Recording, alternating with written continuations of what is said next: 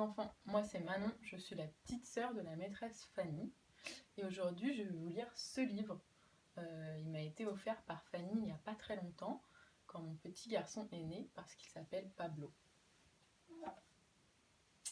Alors ce livre il est en noir et blanc parce que je ne sais pas si vous savez mais quand vous étiez petit, les petits bébés ils ne voient pas les couleurs, ils voient que le noir et blanc et les formes, les grosses formes. Du coup on va commencer. Pablo dort. Chut. C'est la dernière nuit qu'il passe dans son œuf. Le jour s'est levé. Pablo déjeune d'un petit croissant et d'un chocolat chaud. Il prend des forces. Pablo doit sortir de sa coquille. Maintenant, il est trop grand. Comme il a un tout petit peu peur, Pablo commence par un tout petit trou.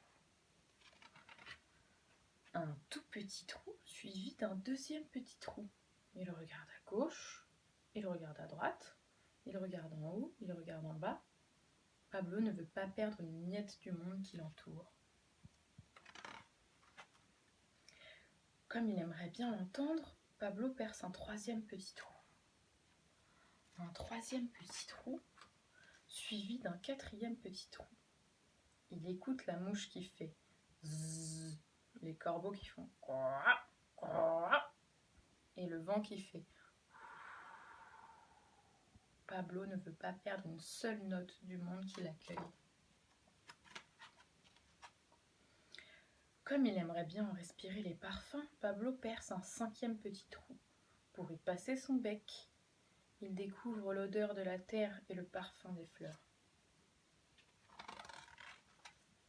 Comme il aimerait bien s'y balader, Pablo perce un sixième petit trou pour y passer une patte.